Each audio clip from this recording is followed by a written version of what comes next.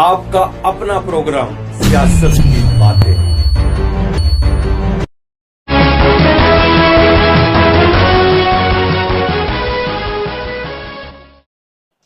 नमस्कार। जम्मू कश्मीर महासंग्राम 2024 में एक बार फिर आपका स्वागत है और मैं हूं दर्शक गुप्ता और मेरे साथ हैं सुधीर कुमार जी। सुधीर जी, आपका बहुत बहुत स्वागत है। सुधीर जी, इस वक्त अभी तक रिकॉर्डिंग करते वक्त जो 26 सीटों पे पोलिंग हो रही है चिनाब वैली और कश्मीर का, इसका हमने पहले भी जिक्र किया था, और बम्पर पोलिंग हो रही है, बहुत ज्यादा पोलिंग। जी बिल्कुल। आज शाम तक लग रहा है कि पिछले सारे रिकॉर्ड जो है ये तोड़ देंगे। सिर्फ चिनाब वैली में नहीं बल्कि कश्मीर संभाग में भी अच्छी खासी पोलिंग हो रही है। और इस पोलिंग का क्या असर होता है क्या नहीं, वो तो 8 को ही पता चलेगा। ये तो बात की बात जो है, इसका असर का बहुत ज्यादा होता है। इस पोलिंग का जो जितनी जितनी पोलिंग जा रही है 72, 68, 65, 58, इसका बहुत असर है। ये तो अभी का समय, अभी तो 3 बजे का है और 7 बजे तक तो 6 बजे तक तो और भी ज्यादा हो सकती है, क्योंकि सुबह जो ट्रेंड देखा था पहले 2 घंटे में जितनी पोलिंग आई उसके 2 घंटे के बाद उससे डबल पोलिंग शो। तो इससे यही लग रहा है कि पोलिंग अच्छी जाएगी और इस असर जो है, सभी पॉलिटिकल पार्टीज जो है वो अपनी अपनी आस लगाए बैठी है। सभी कह रही है हमारे पक्ष में है, ज्यादा पोलिंग हमारे पक्ष में है, सभी इस वक्त जीते हुए हैं। तो आज हम सुधीर जी सांबा डिस्ट्रिक्ट की बात करेंगे। जी जी। सांबा डिस्ट्रिक्ट में 3 कॉन्स्टिट्यूंसी है जी। एक सांबा, विजयपुर और रामगढ़। रामगढ़ जो है रिजर्व कॉन्स्टिट्यूंसी है। सांबा कॉन्स्टिट्यूंसी है, वहां पे बीजेपी के सलाथिया मिनिस्टर रहे हैं और विजयपुर से वो नेशनल कॉन्फ्रेंस की टिकट पर जीता था, बाद में वो भारतीय जनता पार्टी पे चले गए। और कांग्रेस के कृष्णदेव सिंह है, इन दोनों के बीच में मुकाबला है। लेकिन देखने वाली ये है बीजेपी सलाथिया को सांबा के लोग यही कह रहे हैं कि अपनी कॉन्स्टिट्यूंसी छोड़ के यहाँ क्यों आए, दूसरी कॉन्स्टिट्यूंसी में अपने घर में इसको चुनाव लड़ने की कॉन्स्टिट्यूंसी वहां लड़ना चाहिए। इस वजह से वहां पे थोड़ी सी एक नाराजगी भी है और बीएसपी का भी वहां एक 10 साल के बाद कैंडिडेट खड़ा किया है। अब सांबा के ऊपर क्या प्रभाव रहेगा वोटों के ऊपर, और मतदाता किस ओर अपना रुझान दिखाएंगे? दर्शक, पहले तो आज एक बार फिर अपने दर्शकों का हम अपने शुक्रगुजार करते हैं कि हम जो हमें उत्साह अपना प्रदान कर रहे हैं और हमारा हौसला अफजाई करते हैं। सबसे पहले जो सांबा की है, सांबा भी उड़ी की तरह बड़ा एक इम्पोर्टेंट असेंबली है। 3 कॉन्स्टिट्यूंसी असेंबली से, लेकिन ये तीनों बहुत इंपॉर्टेंट है। तीनों बॉर्डर एरिया के साथ लगती है इनकी, तो तीनों बहुत इंपॉर्टेंट है। सांबा में देखा गया है कि जैसे आपने बड़ा दुरुस्त बताया, ठीक बताया, इस वहाँ के लोग कहते हैं कि हमारे पास यहाँ सांबा में कैंडिडेट्स की कमी थोड़ी थी, आपने विजयपुर से कैंडिडेट उठा के यहाँ पे डाल दिया। वो एक उनके रिजेंटमेंट है, उनके अंदर वो एंगर है। दूसरा, कृष्ण देव जी जो वहाँ के हैं, वो कृष्ण देव सिंह जी, वो तो ऑब्वियसली सांबा के ही है। उनका एक अपर साइड पे, जैसे हम बोलेंगे कि उनका एक ऊपर दरवाजा है। लेकिन जैसे कि हम सांबा की सीट को देखते आए हैं कि पिछली बार जो थी वो डॉक्टर मनियाल जी वहां से, वो रिजर्व सीट तो वो डॉक्टर मनियाल जी जीत गए थे। उन्होंने यशपाल कुंडल जी को बड़े 21,000 वोट से हराया था।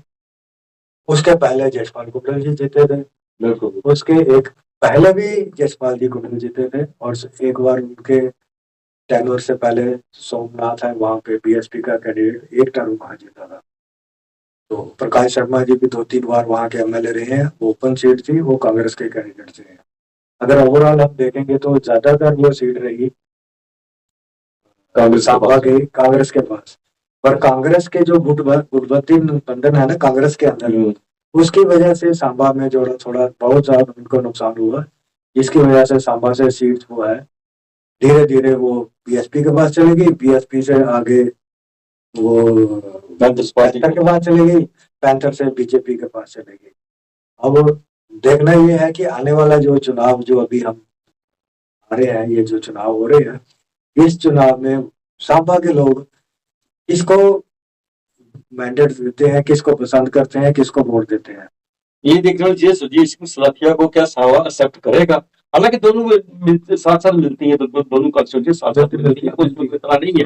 लेकिन चूंकि वो विजयपुर से एक नहीं 2-3 चुनाव लड़े हैं, नेशनल कॉन्फ्रेंस में चुनाव लड़े, वहां पे हारे भी हैं, जीते भी हैं। तो अब वो भारतीय जनता पार्टी में आके उन बजाय विजयपुर के उनका जो अपना अपना एरिया, तो वहीं काम किया उन्होंने, सारा काम तो वहीं किया हुआ है। हाँ बिल्कुल, एक वक्त था जब मंत्री थे तो अपने विजयपुर बैठ के पूरी अपनी अदालत लगाए रहते, गवर्नमेंट चलाते थे वहीं से। तो आप सांबा में जाके कितना इन्हें एक्सेप्ट करते हैं वहां के लोग, ये बात ही देखने को। ये बात तो बड़ी आपने अच्छी बात बताई है कि देखना ये है कि आपके घर के लोग, आपने विजयपुर में काम किया, माना काम किया। अब ये है कि अब इस इलेक्शन में सबसे बड़ा जो आप हमने देख रहा है, शुरू से देख रहे हैं कि लोग यही देख रहे हैं कि जो बाहर से दूसरे कॉन्स्टिट्यूंसी से उठ के वहां आके लड़ रहे हैं, वो जो लोग हैं उनको लोग एक्सेप्ट करने के लिए तैयार नहीं हो रहे हैं। जैसे आपने देखा, हमने जैसे देखा कि ताराचंद जी को अखनूर से लड़ा रहे थे, लेकिन अखनूर के लोग ताराचंद को एक्सेप्ट नहीं कर रहे थे, इसलिए ताराचंद जी को वापस अपने शम से ही लड़ना पड़ा।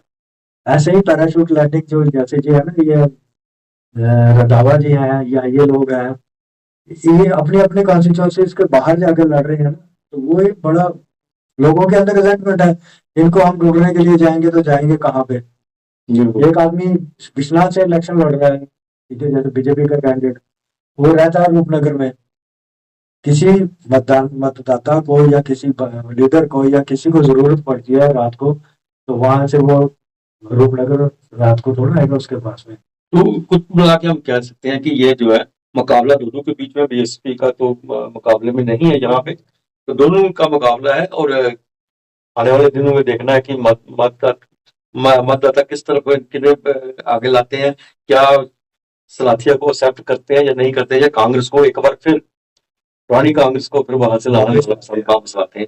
अब विजयपुर की बात करते हैं। विजयपुर में पिछली बार भी चंद्र प्रकाश गंगा जो है भारतीय जनता पार्टी से जीते थे, मंत्री भी रहे, और वहां पे मुकाबला इनका इन्हीं के साथ था, सलाथिया के साथ, सलाथिया के साथ था, हराया भी था। हाँ, हराया भी था।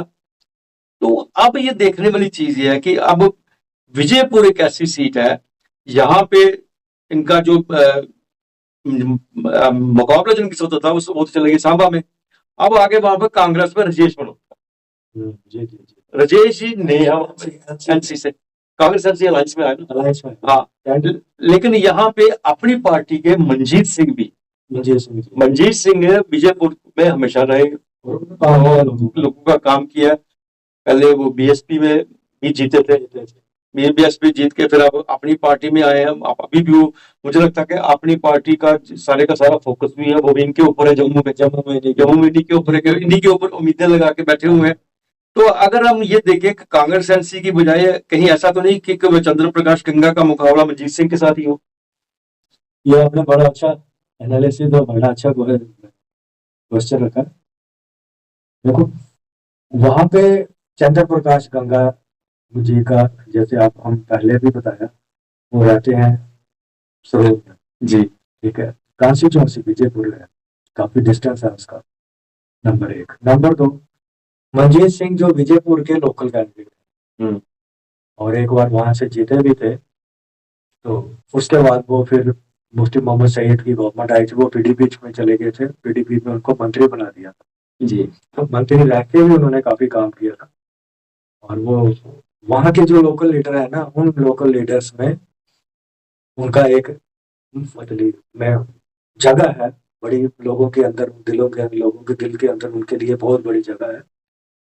अभी इन्होंने जैसे इन्होंने अलायंस में आया, जैसे हमने देखा कि ये जो नेशनल कॉन्फ्रेंस है 90 में से 51 सीट में लड़ रही है, बिल्कुल 31 में वो लड़ रही है, 32 में कांग्रेस लड़ रही है। तो ये सीट भी जो है वो एनसी के कैंडिडेट को दी गई है वहां पे, राजेश जी को, वो नया कैंडिडेट था वहां पे। वैसे अगर देखा जाए तो कैंडिडेट एक भारत भूषण था, वो काफी देर से काम कर रहा था, एनसी ने उसको छोड़ के इसको दे दिया। मतलब कि वो एक, अगर एनसी अगर उनको देती तो जीतने की बहुत ज्यादा संभावना थी। अब एनसी यहाँ पे किसी भी तरीके से आप देखो फाइट में नहीं है, रेस में नहीं है, क्योंकि वहां के वीक कैंडिडेट की वजह से नहीं है। अब फाइट है गंगा और दूसरा मंजीत मंजीत सिंह के बीच में। गंगा जी और मंजीत सिंह जी के बीच में दोनों में फाइट है। और मुझे ये लग रहा है कि जैसे आपने बिल्कुल दुरुस्त फरमाया, अपनी पार्टी की नजर भी बीजेपुर कॉन्स्टिट्यूंसी के ऊपर है और मंजीत सिंह जी के ऊपर है कि वो सीट वहां पे नहीं निकालेंगे। और वो अपना काम कर रहे हैं, वो अपने डोर टू डोर कैंपेन कर रहे हैं, जो अपना पहले भी काम करते थे। और वो सबको मालूम है कि वो सिटी के अंदर, बिल्कुल बीजेपुर सिटी के अंदर रहते हैं, हार्ट ऑफ द सिटी में रहते हैं, और लोगों के लिए 24/7 जो असेस रहती है उनकी। लेकिन एक चीज है, अभी इस कॉन्स्टिट्यूशन में हमने गंगा के बारे में देखा कि जितनी भी कॉन्स्टिट्यूशन थी वहां के कैंडिडेट के विरुद्ध कोई ना कोई आवाज उठती रही जब टिकट मिली है। जी जी बिल्कुल। लेकिन विजयपुर में हालांकि चंद्र प्रकाश गंगा काफी विवादों में भी रहे, कठुआ के केस में विवादों में रहे, उनका मंत्री पद भी उनसे छीन लिया गया, लाल सिंह की तरह इन्हें भी काफी नुकसान हुआ। लेकिन उसके बाद भी भारतीय जनता पार्टी ने इन्हें टिकट भी दी और उसके ऊपर किसी ने उंगली भी नहीं उठाई। ये बड़ी बात है। ये एक बड़ी अच्छी बात है कि ठीक है, अगर अगर वो कैंडिडेट, इतना भी कैंडिडेट हो, अगर आप देखोगे कि उन्होंने पिछली बार जीता, हाँ इन्होंने कुछ ये गलती की थी जब वो रसाना वाला केस में मंत्री होके वहां पे कूद गए थे बीच में। तो ये सबने जो बीजेपी के मंत्रियों ने गलती की थी। अगर इन्होंने कोई रिजेंटमेंट थी इनकी, तो पार्टी के लीडर जा सकते थे, मंत्री नहीं जा सकते। मंत्री गवर्नमेंट होती है, या मंत्री वहां पे इन्वॉल्व होता है तो इट मीन्स की गवर्नमेंट इन्वॉल्व होगी। अब जैसे हमने देखा हुआ है कि जब इलेक्टेड गवर्नमेंट होती है तो मंत्री जो होता है वो आली नाल होता है। आज ब्यूरोक्रेसी हमारी आली नाल है, कल जब मंत्री आ जाएंगे तो वो ब्यूरोक्रेट उनके क्लर्क रह जाएंगे। तो ऐसे ही इन्होंने जो गंगा जी ना वहां पे था, वो गंगा जी, लाल सिंह जी, इन लोगों ने वो काफी बहुत बड़े ब्लंडर किए, खुद ही कूद गए, पता नहीं किसके कहने पे, पार्टी हाईकमांड के कहने पे या अपना दिमाग से कूद गए। वो थोड़ा सा इन्होंने गलत किया, डिसीजन लिया, जिसका खमियाजा भी उन्हें भुगतना पड़ा। इनका जो मंत्री पद चला गया दोनों का।